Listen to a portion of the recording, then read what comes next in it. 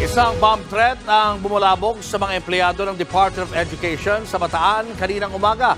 Pati Central Office ng DENR sa Quezon City nakatanggap din ng kaparehong banta. Nasa frontline na balitang yan si Shyla Francisco. Isang nagpakilalang abogadong Hapon na nagngangalang Takahiro Karasawa ang nagsend ng email sa DepEd Bataan kaninang umaga. Nagtanim daw siya ng high-performance bombs sa mga pangunahing tanggapan ng gobyerno. Hindi raw tulad ng mga naunang bomb threat, malakas daw ang mangyayaring pagsabog at mamamatay ang maraming tao. Ang nasabing bomb threat, tinalakay sa flag raising ceremony ng DepEd Bataan kanina.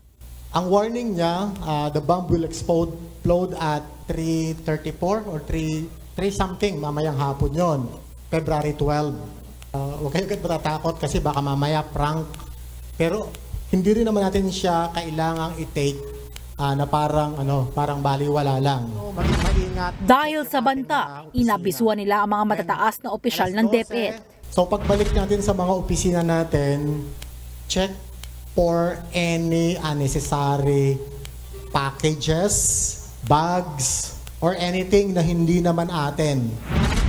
Agad sinuspinde ang klase ng elementary at high school sa pampubliko at pribadong eskwelahan sa buong lalawigan. Ang mga paaralan naman sa Balanga City, Dinalupihan, Limay at Siampang Bayan, half-day lang ang klase. Mabilis namang sumugod sa mga paaralan ng mga magulang para sunduin ang kani-kanilang mga anak. Mabilis ding nagsikip ang trapiko sa mga pangunahing lansangan. Inabisuan na ang Bataan Police na mag-inspeksyon sa mga paaralan. Naka-alerto na rin ang Bomb Explosive Disposal and K9 Unit sa pangunahing government offices sa Bataan. Napag-alaman naman ng Bataan Police na may kaparehong bomb threat mula sa kaparehong sender ang ipinakalat noong September at October 2023. Nasend din daw ito sa iba pang mga bansa.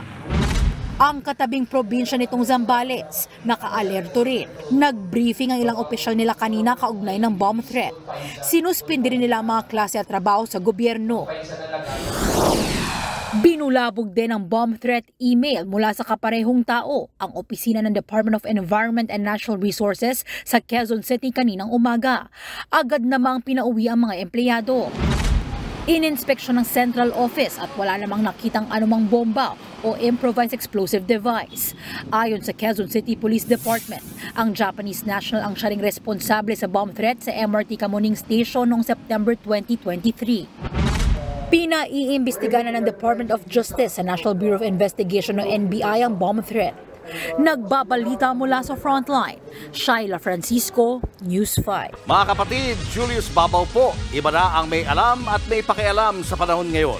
Para sa frontline ng mga balita, mag-follow at mag-subscribe sa social media pages ng News 5.